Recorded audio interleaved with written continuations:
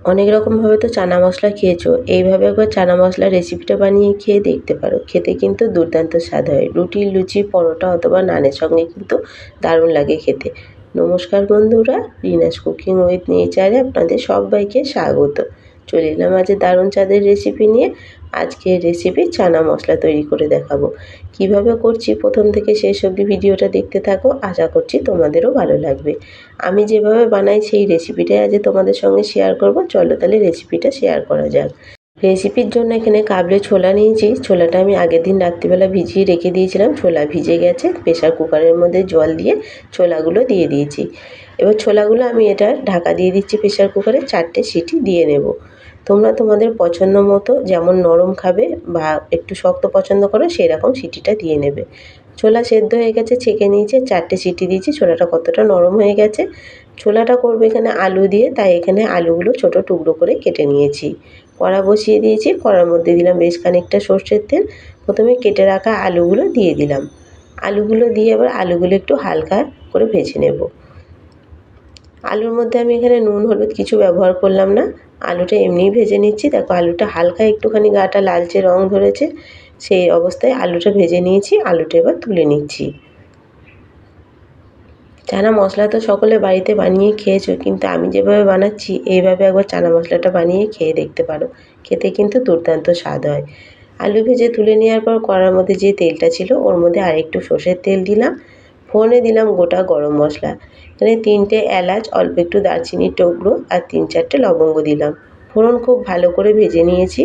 ফোড়ন ভেজে নেওয়ার পর এখানে 2টো মিডিয়াম সাইজের পেঁয়াজ আমি চপারে চপ করে নিয়েছি। তোমরা চাইলে মিহি করে কুচিয়েও নিতে পারো অথবা গ্রেট করেও নিতে পারো। পেঁয়াজ খুব ভালো করে ভেজে নিতে হবে। পেঁয়াজটা দেখো একটু হালকা লালচে রং ধরেছে। পেঁয়াজটা ভেজে নিয়েছি হালকা লালচে রং করে। এর মধ্যে দিলাম একটা কেটে রাখা টমেটো। টমেটো কুচিয়ে রেখেছিলাম, টমেটো কুচিটাও দিয়ে দিলাম। টমেটোটা দিয়েও পেঁয়াজের সঙ্গে একটু নাড়াচাড়া করে নিচ্ছি। টমেটোর মধ্যে পরিমাণ মতো দিচ্ছি অল্প একটু নুন।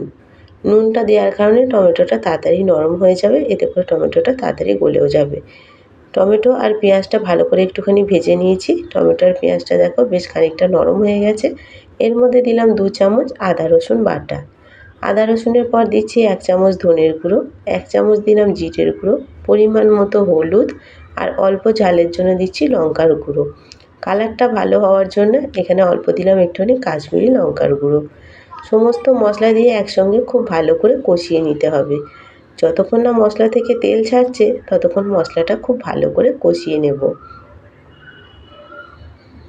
অনেকে এই চানা মশলার মধ্যে লিকার চা করে দেয় কালার ভালো হওয়ার জন্য। আমি লিকার চা দিইনি, এখানে আমি কাশ্মীরি লঙ্কার গুঁড়ো ব্যবহার করলাম। চানা মশলার মধ্যে আমি দেব চিকেন কিমা।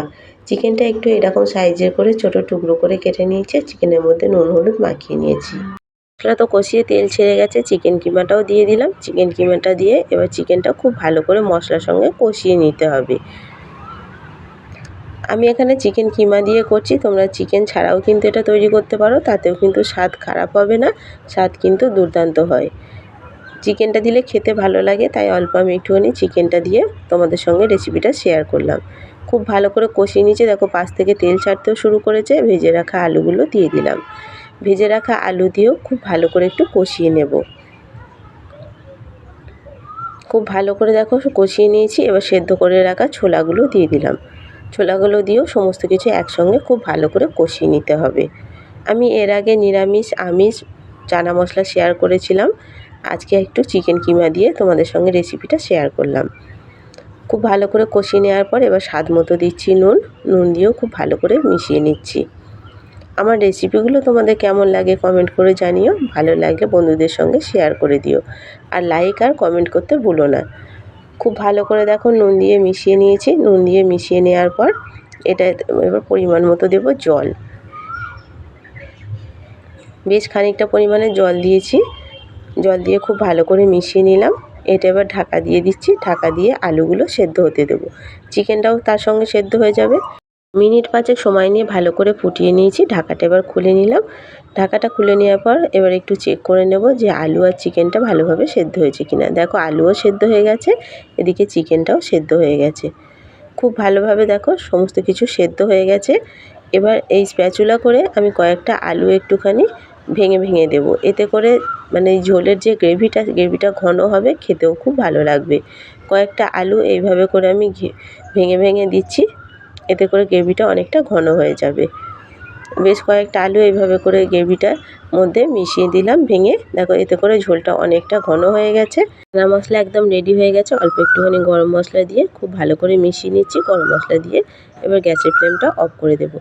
চানা মশলা একদম রেডি হয়ে গেছে। দেখতে কতটা সুন্দর লাগছে দেখো, খেতেও কিন্তু দুর্দান্ত স্বাদ হয়। রেসিপিটা কেমন লাগলো কমেন্ট করে জানিও। ভালো লাগলে একটা লাইক, কমেন্ট, শেয়ার করে দেবে। আর আমার চ্যানেলে নতুন বন্ধু হয়ে থাকলে চ্যানেলটা সাবস্ক্রাইব করার অনুরোধ রইল।